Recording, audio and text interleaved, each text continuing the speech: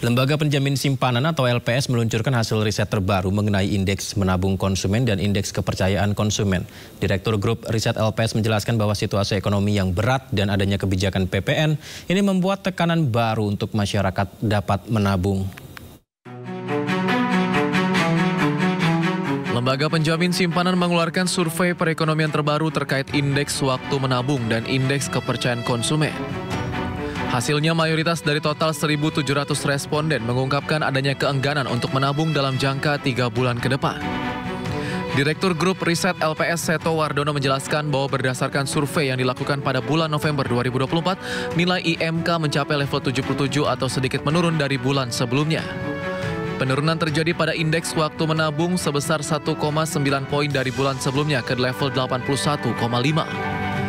Sementara itu, indeks intensitas menabung sedikit mengalami peningkatan sebesar 0,6 poin dari bulan sebelumnya ke level 72,4 pada bulan November.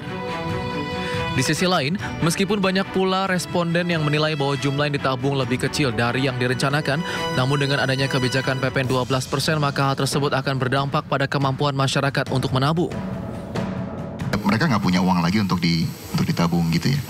Nah, dengan adanya kenaikan PPN ini gitu ya, dan juga ada sejumlah kebijakan lain nanti saya juga akan bahas ya.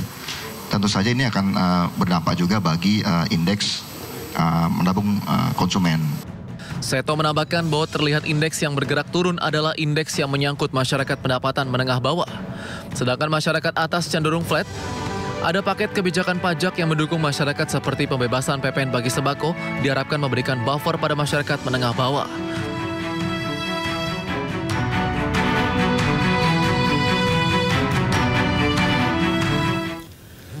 Paket kebijakan perekonomian yang ditawarkan dalam meredam dampak kenaikan PPN 12% dinilai tak akan banyak membantu daya beli masyarakat saat ini tengah menurun.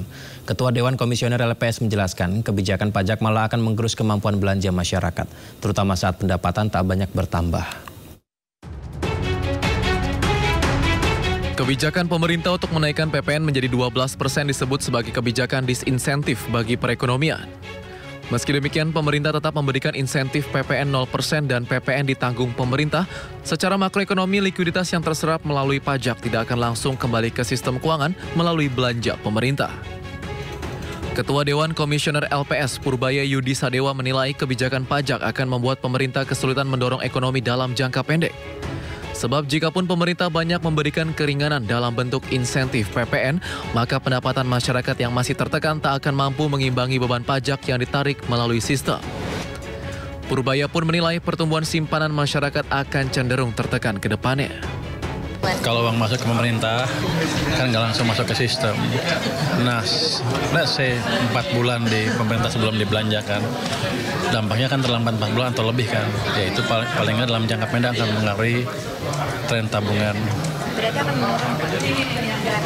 Dalam keadaan sekarang tanpa itu pun sudah cenderung menurun, saya pikir kalau lihat dari survei tadi ya, dari survei LPS, jadi kelihatannya akan sulit untuk naik. Berarti tambah anjlok lagi gitu Pak, gara-gara PPN?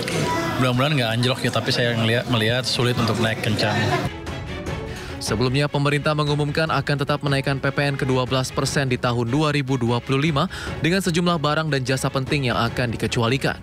Diperkirakan pemerintah akan meraup sekitar 70-an triliun dari kenaikan PPN tahun depan.